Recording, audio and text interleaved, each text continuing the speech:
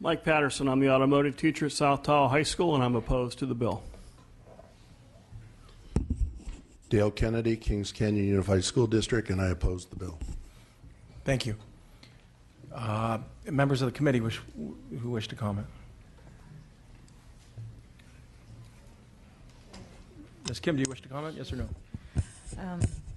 Yes, that's Thank a yes. you. I would like to thank the authors for bringing this bill forward. I would like to ask the questions to the witnesses in support of this bill. I think we had...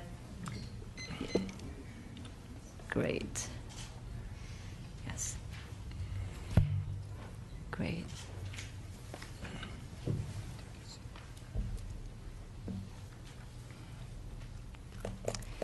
Thank you. I think we have Mr. Josh Daniels and Liz Jan.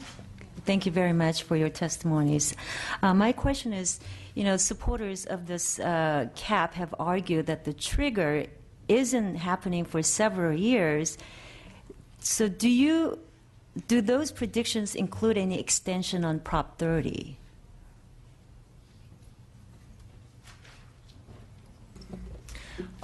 Those predictions, for the most part, presume that the 30 is extended.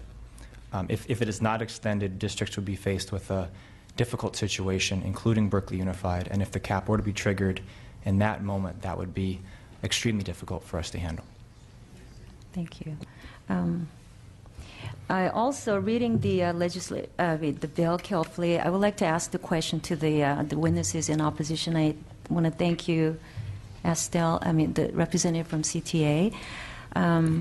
There is a provision in the bill that says superintendents can grant waivers, but the way I read it, the superintendent can grant waiver, but he may. It doesn't say there is a guarantee. They can only, the way I read it, the superintendent may grant a waiver. So that, to me, is not a guarantee, and it also states that they can only receive a waiver for 2 years. Could you respond to that? Well, yes. The cap is only for 1 year. If you recall, well, you weren't here, but during the time of the economic downturn, districts were allowed to spend down the reserves to 1.5%. And some districts did that and were given 3 years to go back to their required amount, 3%. So with this 1 year, it would be hard for me to imagine a county superintendent saying no to a school district, given that they have to demonstrate and show that this would be harmful to them if and when, the trigger gets pulled. But if they applied for the waiver and they can demonstrate that this would be fiscally unsound for that school district, it's hard for me to imagine that a county superintendent would turn it down, because all the school district has to do is to demonstrate that this will create a serious problem for them. But since there is no guarantee the way I read it... No, there are no guarantees. There are none. Right. Right. So it concerns me that there is no guarantee. And so if the school districts come and ask for a waiver and the superintendent, thinking that they don't meet the requirement Right. and deny the waiver, then they're out of luck, basically. So even if they need the waiver beyond the 2-year period, I'm concerned about that part. There are only two reserves out of the 4 major reserves of school districts that are applicable to the trigger. Those are the assigned and unassigned reserves. The other 2 reserves that are committed reserves or restricted reserves have no impact. There's no impact. So if districts believe that they're going to be hurt so badly, they can move those dollars from those 2 reserves to the ones that aren't applicable to the trigger. So you see, and it's only for 1 year. This is, I don't see the big concern there, but different point of view. No, I'm going to refer I would like to ask the author of the bill, Ms. Baker, would you like to respond to that also, and to the response I just heard? Thank you. Thank you, Ms. Kim, for your good question. What you basically heard is that there are different reserves in school budgets, and the cap applies to the reserves that districts most need to deal with unanticipated expenses and to deal with any other budget issues that they have that isn't already in, say, a committed fund or a restricted fund. What our opponent to the bill has just identified as an accounting gimmick.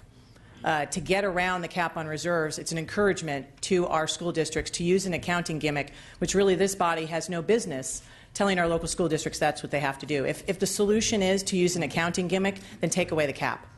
That's the solution, not to find some other way to manipulate budgets, which I think voters of this state would really like to see the state legislature not do, and certainly not expect of our local school districts. I think your other question with respect to the exemption being possible for the superintendent, the 1 year. It is a one-time exemption. It is not necessarily going to happen for the districts, and to put our districts in that level of financial instability is a destabilizing effect on precisely those local bodies that need to do multi-year budgeting. And basically what we're asking them to do is hope that you're going to be in an okay situation. And chances are, if you're in that situation where you need to be going to a superintendent for an exemption, there's a lot of other problems happening economically. We should not wait until we're in a bad set of circumstances to see if things can be worked out with the local superintendent. We should fix it now. And that's what the repeal does. Thank you. Thank you. Ms. Lemieux, could you respond to the gimmick comment, the comment with regard to this being a gimmick? Well, it's not an a accounting gimmick. if It's you will. happening now. Let me finish. Sorry. Okay. Respond to the gimmick comment. And my understanding what this does is really it caps reserve at maybe 6-8%, but then it's transparency after that. Because what it says, you may have reserve far greater. In fact, there's no actual cap on a reserve. You may have reserves that are far greater than 6%. It's just that the school board has to note what those dollars are going to be used for, and actually could change their mind later and switch them to different purposes. So let me just finish. Okay. So the gimmick comment. Okay. And then also, I've got another one. I follow up. Go ahead and respond to the gimmick comment and how school boards actually can save much more than the minimum reserve or what's been. Well, the reserve that's required by the law is a floor.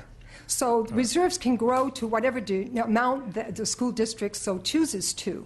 And they can move these dollars at any point in time. One needs approval by the state, But who has to move the dollars?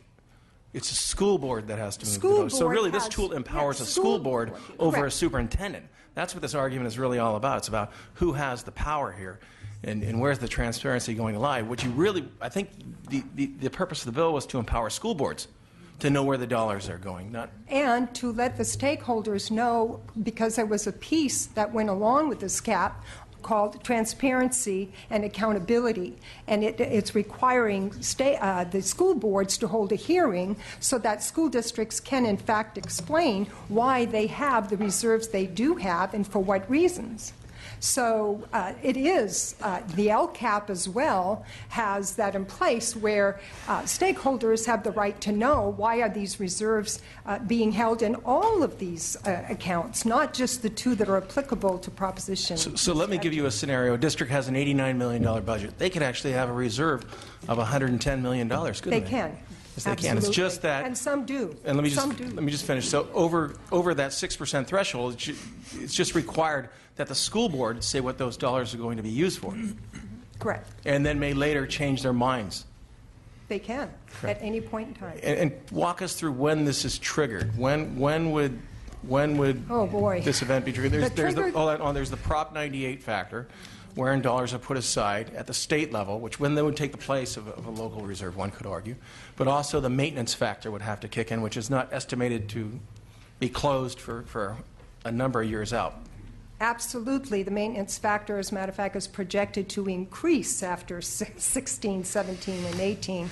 We have mandates that are owed to the state now to the tune of $4 to $5 billion. You have to have an 8% growth in capital gains within the general fund, first of all, before the trigger can get pulled, before the legislature can actually put money in the Prop 98 rainy day fund. So the context of this is that the state is doing very well. It's not that districts are hurting. The only time there's a nexus between the two, that if there's enough money at the state level to put in Proposition 98 rainy day fund, which is what the voters voted for, then in bad times, the state can step up to the plate instead of cutting schools and use those dollars. So, and make provisions like they did during the economic downturn to spend down even further their reserves if necessary. But most districts didn't do that. They grew their reserves. And that's the point that we believe is unconscionable. Just unconscionable. The trigger won't get pulled unless the COLA is fully funded that year for all schools as well. So there are numerous criteria that have to be in place before this trigger ever gets pulled. It could happen once in 10 years, once in 20 years. You know. Right. It's not projected It's to not, occur no. for And that's in many the years out governor's- per the state governor's budget for summary the in finance department. January. So one, the Proposition 2. Proposition 2 has to kick in, which has dollars set aside for Proposition 98. The COLA has to be met. Correct. And then the maintenance factor Has to be paid. closed as well. So a lot of people are saying, well, Prop 98 might kick in next year. I don't think it will, but even if it does, the provisions not of even this close. part of last year's budget don't kick in. So there's three things that have to happen. Mr. Santiago. Yeah, no, thank you, Mr. Chair, and thank you for the authors for bringing this robust conversation. And I think this is a tough issue because when I first looked at it, I tended to want to agree with the intent, and I still do. However, I came from a district, as most of you know, when I served on the LA Community College Board and was its president for a number of years, where we actually ended with a 13% ending balance and reserve, depending on which way you would categorize it, because most, or at least in my experience, community college districts take a look at the ending balance. So any given day, you're not necessarily at that one particular percentage, given cash flows and other things that may exist during the year. But we did something really interesting, which is why I tended to go back to supporting O'Donnell's bill a few weeks ago, I think, if it's not last week. And what we did at the time is we structured in a way that was 6%, 4%, 3%, and then 2.5%. And we did this because prior to me being the president, the administrators would move the money any given time from the ending balance or reserve, depending on which way you wanted to talk about it, to ensure that each of the campuses would be in the black at the end of the year. And it didn't really give the board an authority to determine its own budget. And it's at the time that we constituted a rule within our community college district that funds can only be moved if the board determined they could be moved, and we set up a budget committee, and the budget committee determined a recommendation of the board, and the board would deliberate, and we'd either grant the movement of money or non-movement of money. So when you take a look at school districts, the ability to have different budgets for different purposes and different uses sometimes is a unique ability to understand how you're going to use monies. So again, we had and the reason we structured it in a 6%, 4%, and then a 13%, because we knew we were going into contract negotiations, and we had a 3% that we could work with over 3 years, given the COLA adjustments and given growth money that was coming to the district, and it would pencil out. And the reason we did it in two different sections is so that we could be fiscally responsible during the portion of the time that we did have bonds. I passed a $3.5 billion bond measure, and it's one of the largest bond measures for any school district in the state of California, probably arguably the nation. And we knew that we had to stay at 10% ending balance or reserve, so that our bond rating would be a good rating, and our percentage on when we sold our bond sales would be the lowest to the taxpayer. But we knew that 4% would go, and we made the commitment internally and externally that the 4% would leave when the bond measure was over. So we knew that it was a dedicated fund for particular use. We even instituted a deferred maintenance, and it was to grow, I think, at 0.05%, if my memory serves me correctly, every year until it reached 2.5% of our budget. So I wouldn't say that those kind of dedicated funds within school districts are probably not the best way to go, because we did it, and it worked really well because we knew how long the monies had to be there, what the process was for using it, and when I supported the chair's bill, we also knew that a district can actually set aside with this bill, if they didn't think they already had the authority, and I would be a strong proponent that they did, to set aside the monies to reach whatever percentage they thought they should have in order to have the good bond ratings, or in order to weather a storm if there was going to be a problem with revenue declines into the district. So I think the tools in many cases may already be there, and I think the bill that a number of us here supported would just strengthen those tools to have the ability to set aside funds for any of the said reasons. So thank you, and I think I just wanted to maybe throw my thoughts out there. Thank you, Mr. Santiago. You just made a great case for repealing the reserves, because that allows local school districts to identify what their individual budgetary needs are and how to set the funds in the appropriate accounting areas. I'm glad that you had that flexibility, and we're fighting to preserve that flexibility. Ms. Baker, if you could hold that for the close. Excuse me, Mr. Chairman. Thank you. Mr. Chavez. I appreciate the discussion. I want a point of clarification. Was it Lake Tahoe? I'm sorry, Lake Tahoe. You described how. By the way, congratulations. Thanks for doing all those things for children and developing programs and moving forward. When you went into this situation, what was the reserves that Lake Tahoe had? What level of reserves do they have to be able to do all these things in a down economy? Without having exact numbers in front of me, Mr. Chavez, I can say that we were hovering somewhere 10%. Then as declining enrollment hit, we dropped down probably below 7%. And then how we did handle teacher layoffs, we were able to plan and work collaboratively with the teachers, and with retirement, we were able to offer some things that were where we could help maintain jobs through attrition. So it really was a planning process, and it wasn't. When things were happening, it seemed very, right there in our face and critical, and the sky was falling, and the sky was falling some more. I appreciate it. Thank you. But we were able to plan and work collaboratively. And I think that speaks to the point I was wondering, is that we're looking at the value of reserve for, Lake Tahoe to be able to deal with challenges. Some of us have been involved in school districts, some of us involved in businesses. A reserve is different depending on the challenges of the industry. What's the greatest threat to you? What may be a totally appropriate as a 10% reserve probably isn't appropriate when you need maybe 50% of your operational budget for the year, depending on the threat to the organization. That's why you have a reserve. So what I was noticing, because I sit on sub-budget 2, is that we have this fiscal crisis management assistant team, and they give a brief every year, and I've been watching it, and I guess it's my third year, on how school districts are doing throughout the state.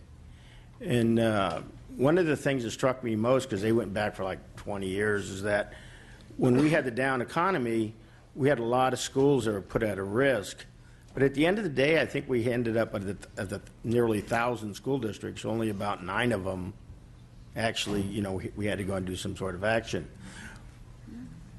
There were some members of the committee that thought, we need to do greater control over these school districts.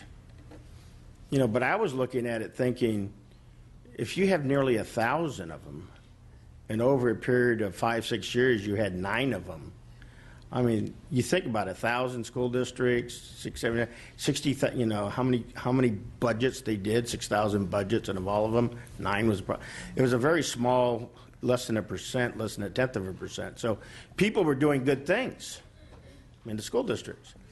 The other challenges I've noticed is that in some of the rural districts with migrant populations, you could have your population go gradually and deplete depending on the jobs in the fields. The drought's causing a real challenge. I was talking to the superintendent in the Valley, and he says their enrollment dropped significantly because the jobs left. And the jobs left, the kids left. So their risk is much greater than, let's say, an urban city where you have a consistent population. So why would we dictate to a school district who has challenges like the drought that affects their school district, where it wouldn't affect somebody in a more even kill? In my own school districts, when the war kicked off, we have a lot of military children. When the war kicked off, a lot of the young families returned to their home of record because their spouses were going to war. So our student population dropped, which affected the ADA in the school districts. So they have a fluctuation depending on, you know, what's going internationally. For the record, I received a letter from the Carlsbad Unified School District, and I think it's only out that I should read it, and I'm going to cut it down significantly for time. But basically they say, well, most of the categorical funding sources were eliminated during the hard economic times. They were able to use the reserves to fund the positions previously paid for by restricted programs. As a basic aid district, at the time the low control funding was first implemented, they lost nearly all of the state funding through the fair share reduction, never to be restored again.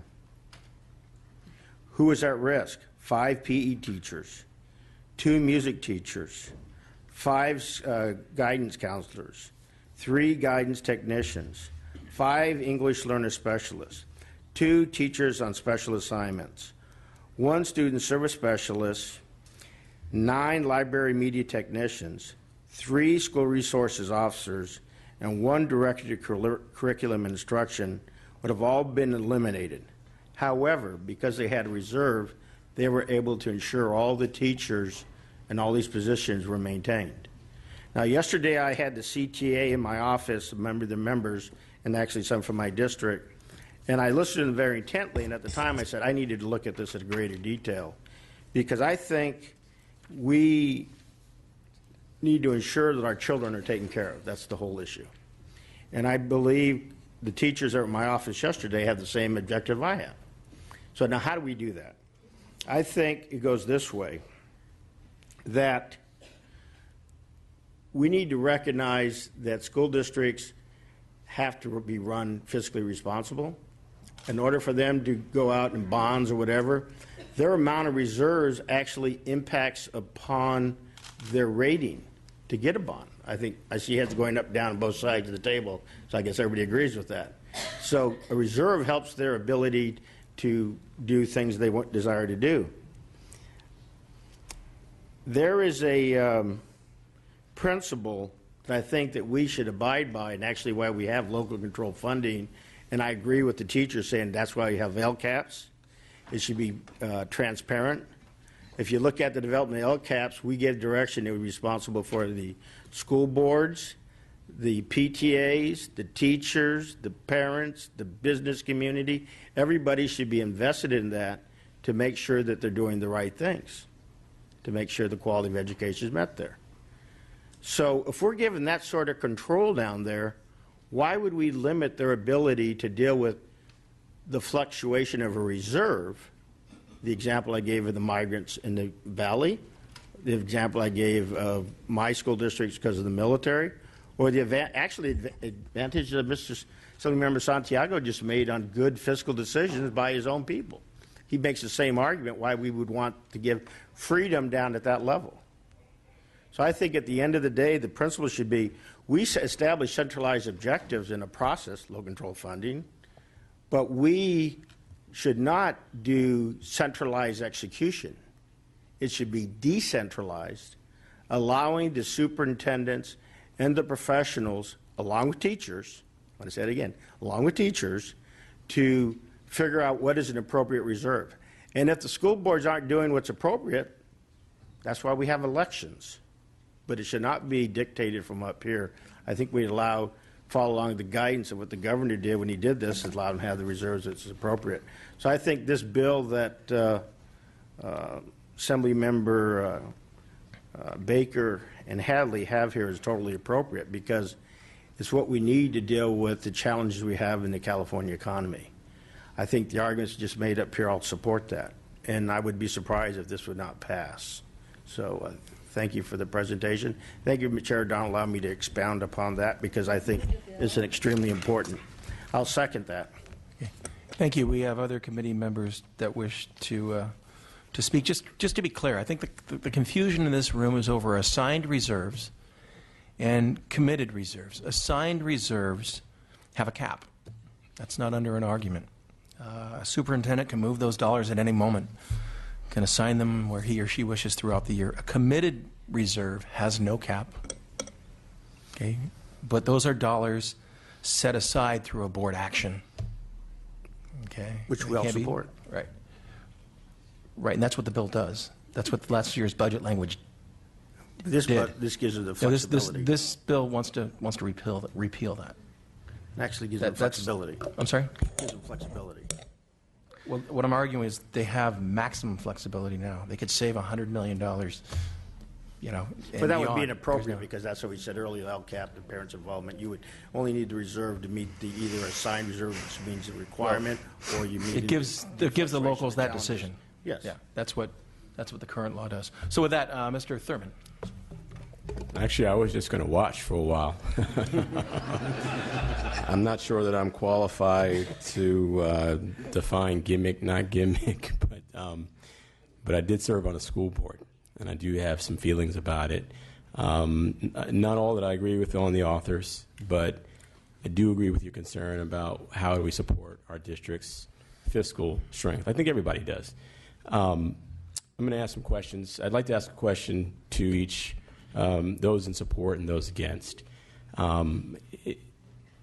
Ms. Baker, thank you, Ms. Baker and Ms. Hadley, for bringing the conversation. And wanted to ask how much you've engaged in the conversation also with the governor's office and other stakeholders who brought this and ultimately got it supported by the voters. And the reason I ask that is because I do believe that the statements that are true, that in part this minimum reserve cap was created to give districts a chance to rebuild some of what was cut, at least since 2008. And I'll ground that in my own experience. In 2008, I served on a school board, and almost every vote for 2 years started out by saying, we're going to ask you to do things that are bad for kids, but we're going to ask you to do it anyway because of the state budget.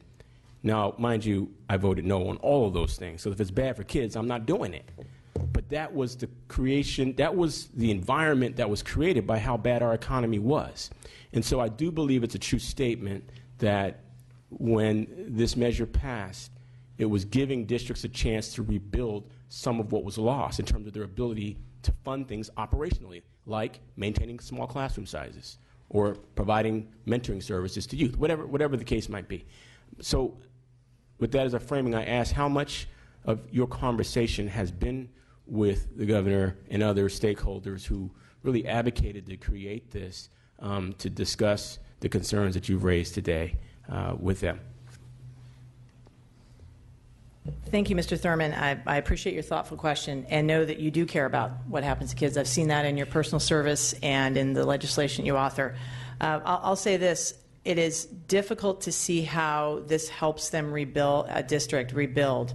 Perhaps you're thinking of the Prop 98 reserve account at the state level, which is intended to help school districts weather the storm and have support from the state to rebuild after the not only the deferrals, or maybe not. I may be I misunderstanding. wasn't thinking about that. But I'm glad that we have that. But in addition to this, giving districts, I was on a school board where we had a very inflexible requirement for what our reserve needed to be. And while not all school board members feel this way, I often felt that we needed more flexibility to support operational needs of our district. And we just didn't have the flexibility. And so I have some feelings about the subject. But go ahead. I wasn't thinking about Prop 98, but whatever conversations you've had with the governor and others, about how we're rebuilding operationally? There are numerous conversations about several of the different options that have been presented to this body, including this bill. I have my conversations with the governor's staff. I haven't had an opportunity to meet one-on-one with the governor. But let's call them together. How I'm about that? happy to do that right now. Let's do it. And I'm happy to bring in the many representatives, the 500 letters that Mr. Hadley has received, the study from the LAO showing that the repeal should happen. And include that in part of the conversations. But have mentioned it as one of the top priority issues in staff. One thing I appreciate that there are members who recognize the cap needs to be addressed, including the chairman of this committee with the bill. This is something that he's trying to work on as well. We may have different interpretations. Hold on. Don't speak for me. What my bill does is seek to clarify, because there's a lot of misinformation in this room and a lot of misinformation outside of this room. You just heard me walk through the difference between assigned and committed reserves.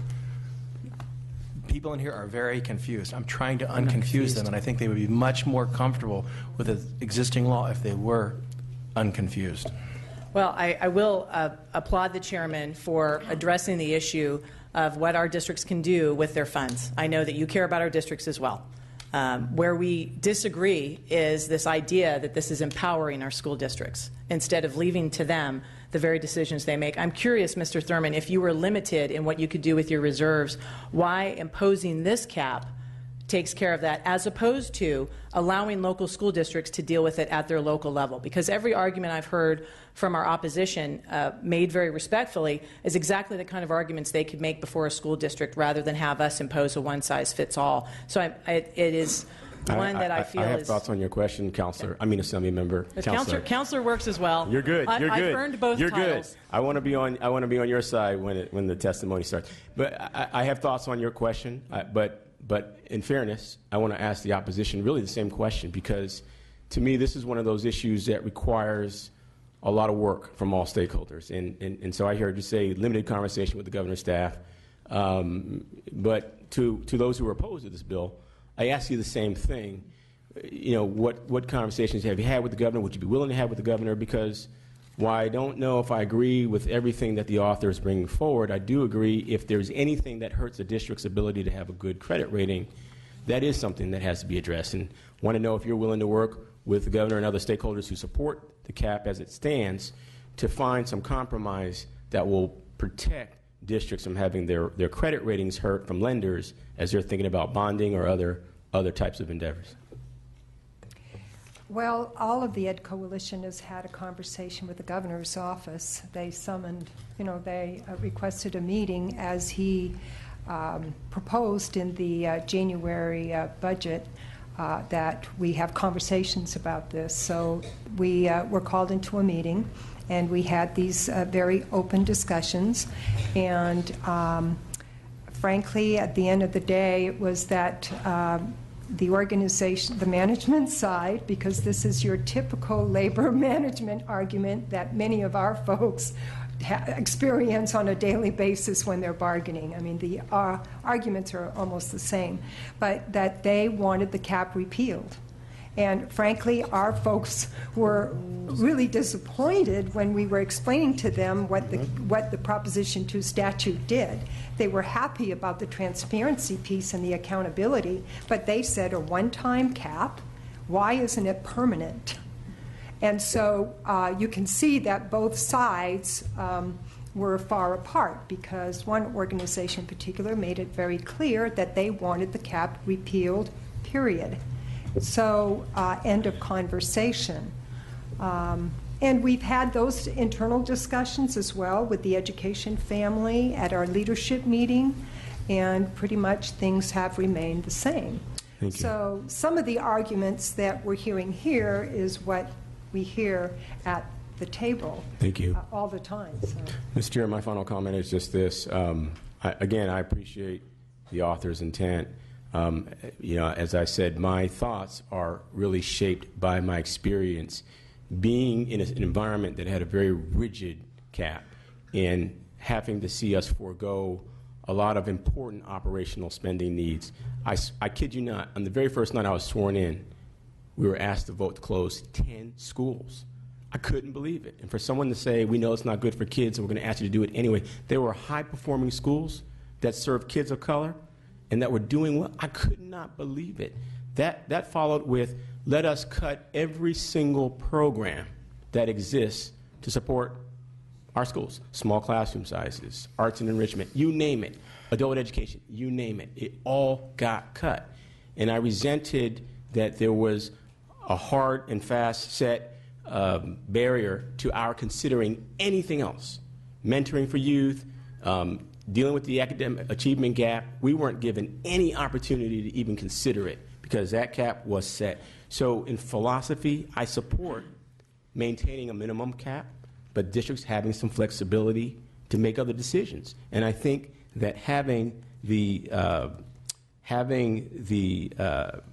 additional reserve that the chair has talked about gives districts that opportunity to have the flexibility should they choose to want to put away more to maintain their financial solvency and to be prepared for tough times.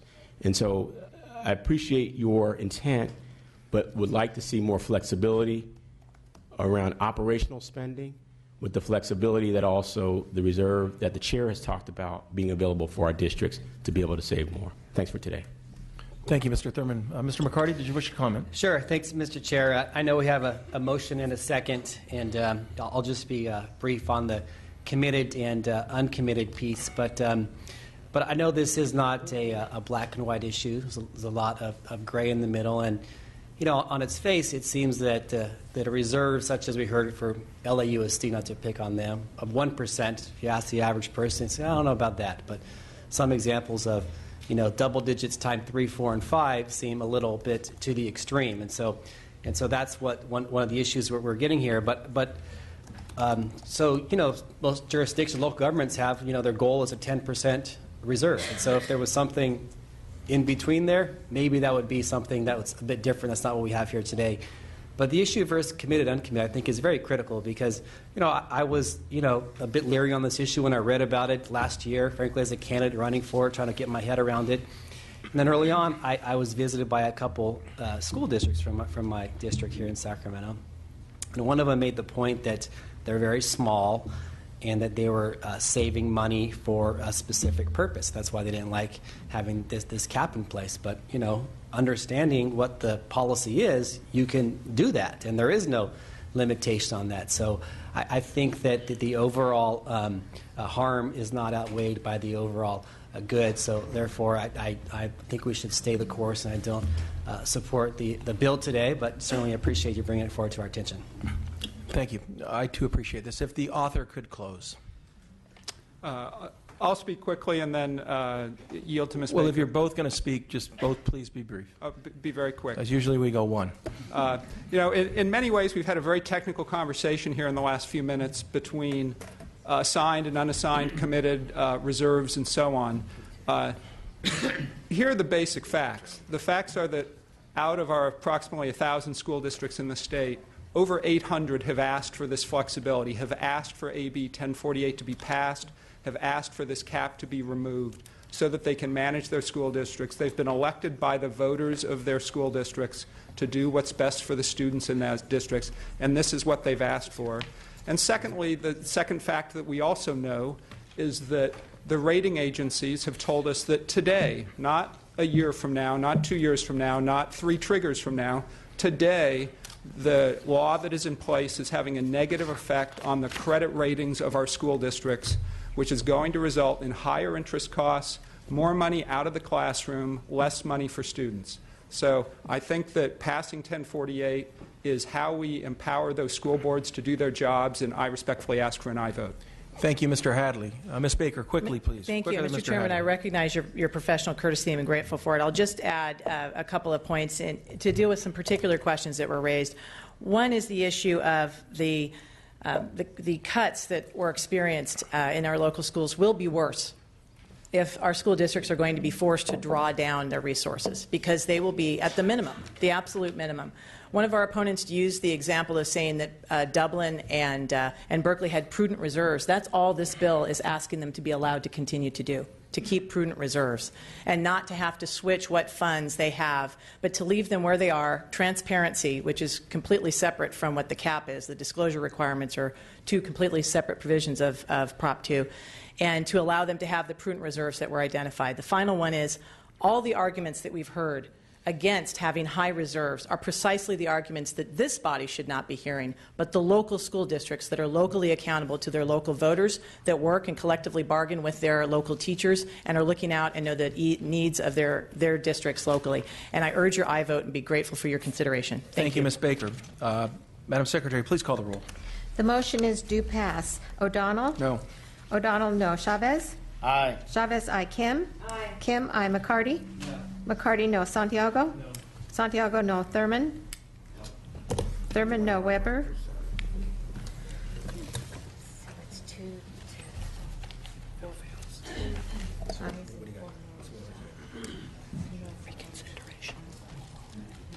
Reconsideration.